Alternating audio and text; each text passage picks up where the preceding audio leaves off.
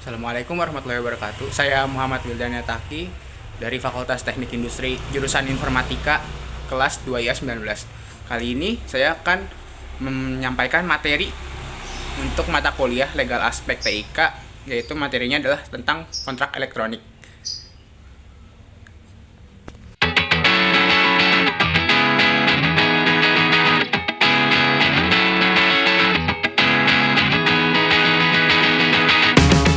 Kontrak elektronik adalah perjanjian para pihak yang dibuat melalui sistem elektronik. Dokumen elektronik adalah setiap informasi elektronik yang dibuat, diteruskan, dikirimkan, diterima, atau disimpan dalam bentuk analog, digital, elektromagnetik, optikal, atau sejenisnya, yang dapat dilihat, ditampilkan, dan atau didengar melalui komputer atau sistem elektronik, termasuk tetapi tidak terbatas pada tulisan, suara, gambar, peta, rancangan, foto atau sejenisnya, huruf, tanda, angka, kode akses, simbol, atau perforasi yang memiliki makna atau arti atau dapat dipahami oleh orang yang mampu memahaminya.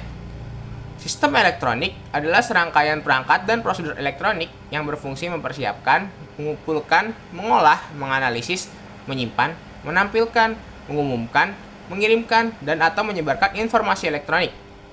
Sertifikat elektronik adalah sertifikat yang bersifat elektronik yang memuat tanda tangan elektronik dan identitas yang menunjukkan status subjek hukum para pihak dalam transaksi elektronik yang dikeluarkan oleh penyelenggara sertifikasi elektronik.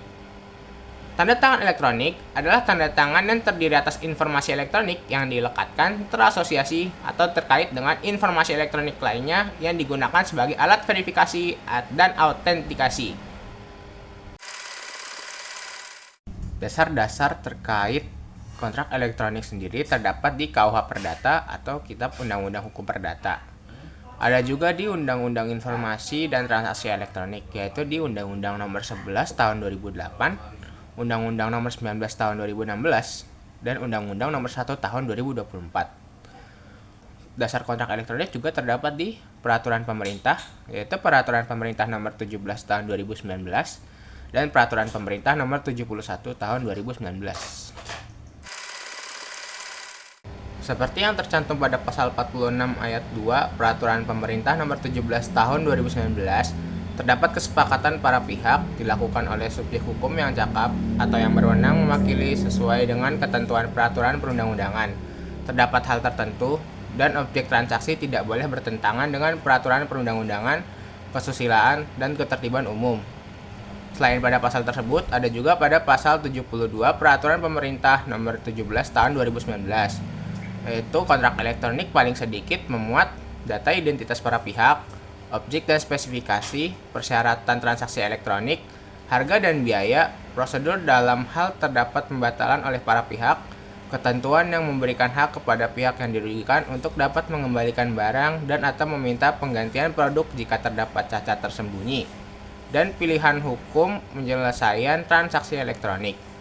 Lalu ada juga pada pasal 1320 KUH Perdata yang berisi kesepakatan antara pemberi dan penerima lisensi, kecakapan hukum dari pihak-pihak yang terlibat, objek perjanjian yang jelas yaitu perangkat lunak dan hak penggunaannya, sebab yang halal yaitu perjanjian tidak bertentangan dengan hukum, moral, atau ketertiban umum.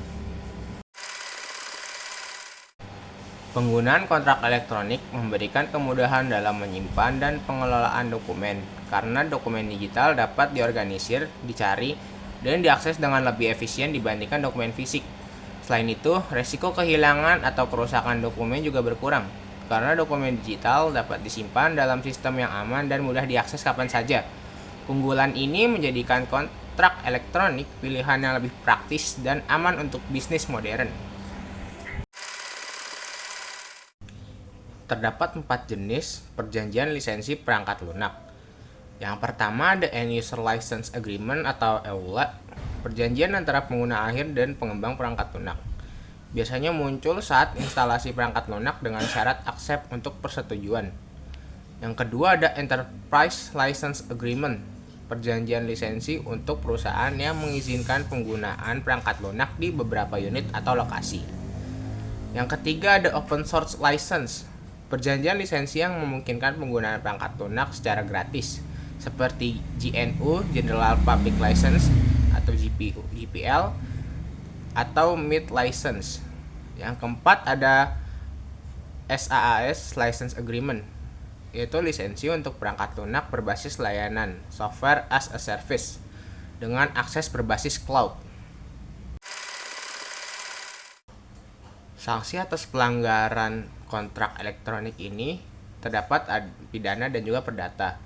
Untuk pidana tercantum pada Undang-Undang Hak Cipta pasal 113, yaitu denda maksimal 1 miliar dan atau pidana penjara maksimal 10 tahun untuk pelanggaran hak cipta.